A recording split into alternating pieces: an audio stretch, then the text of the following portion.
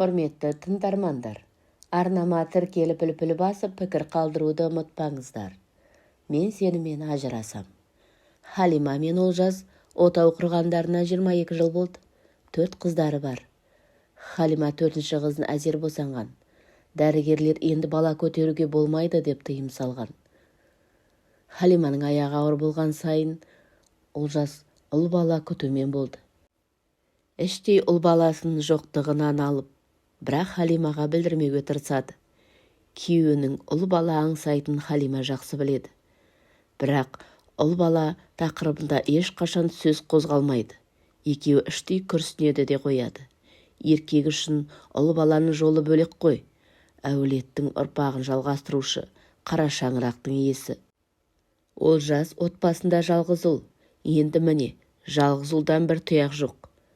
Олжас Халиманың артынан жүгіріп жүріп әзер қол жеткізген. Шіркін, қайран жастық шағай. Халима ол кезде талдырмаш бел сұлу қыз еді. Қазір толықсыған әйел болған. Отбасы, ошақ қасы, бала шаға деп өзіне қарауға да уақыты жоқ. Барлық бос уақытын балаларына, күйеуіне жұмсайды. Ештеңе етпейді. Күйеуі Олжас өзін сүйеді. 4 қызымыз бар. Біз бақытты отбасымыз деп ойлады Халима. Көпшілік әйел күйеулерін жақсы білетіндей жалған үмітпен өмір сүреді. Халима да сол көп әйелдердің бірі болды. Күйеуі Олжасты ең сүйікті, адал жар деп ойлайтын. Кейінгі кезде Олжас жұмыстан көңілсіз келетінді шығарды. Бұны Халима жұмыстан шаршап жүрген болар деп мән бермеді. Әдеттегідей Олжас жұмыстан келді.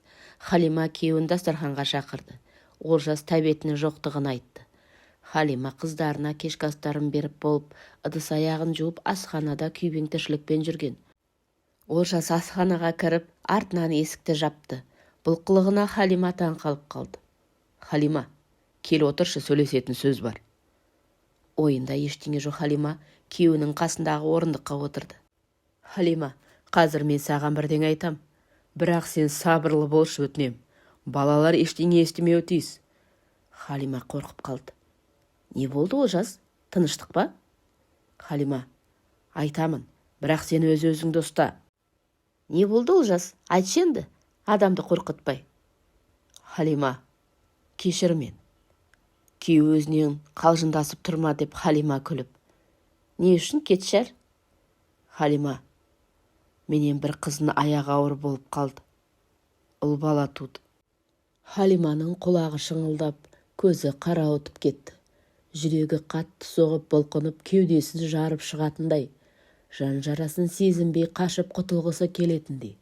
Халиманың жүрегі езіліп кетті. Жоқ, бұл жаман түс болар. Мүмкін емес.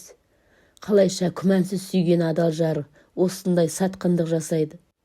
22 жыл бойы өмірдің ыстығы мен суығын бірге көріп, барлық қиыншылықтарды артқа қалдырдық дегенде, енді міне.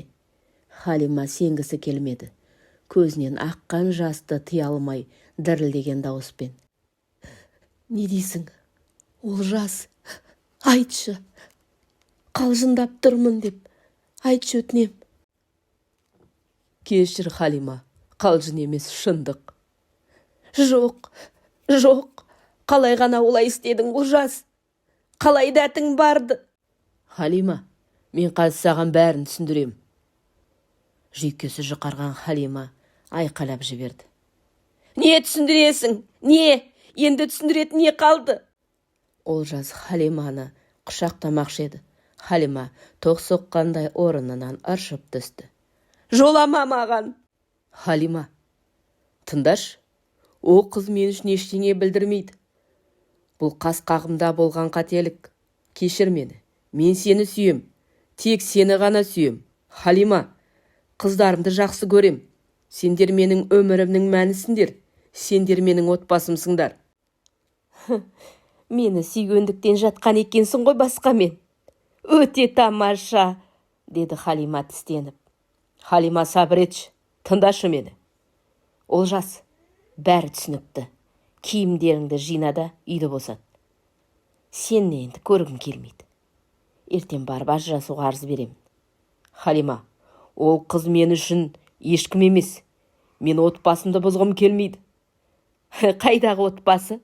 Енді ешқандай отбасы жоқ. Сен өзің мұздың. Халима, ақмақ болма. Мен қателік жасадым. Мойындаймын, бірақ оған жалғыз мен кінәлі емеспін. Солай ма? Басқа қатынмен жатқаныңа енді мен кінәлі екенмін ғой, деді Халима ызалана күліп. Ылғи шаруадан бас көтермейсің. Шаршап жатырмын дейсің. Маған төсекте көңіл бөлдің ба? Мен еркекпін. Менің өзі қажеттіліктерім бар. Мен ұзақ шыдадым. Мойындашы, шындық қой. Неңе шыдадың? Үйдің тазалығына, дайын тамағыңа, таза киіміңе шыдадың ба? Халима, сен мені түсінбейсің. Мені сен тыңдағың да келмейді. Жарайды, Халима, сабыр ет. Бәрі жақсы болады. Енді ештеңе де бұрынғыдай болмайды. Мен үшін бәрі бітті. Ажырасамыз болды.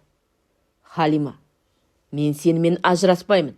Бір қателігім үшін барлығын сызып тастай алмаймын. 22 жыл оттасып, бір күнде қалай құрта саламыз? Сабыр ет, тыңдашы, Халима. Бәрін құртқан өзің. Енді ұл туып берген қатыныңа кет. Мен сені қарғамаймын. Бақытты бол.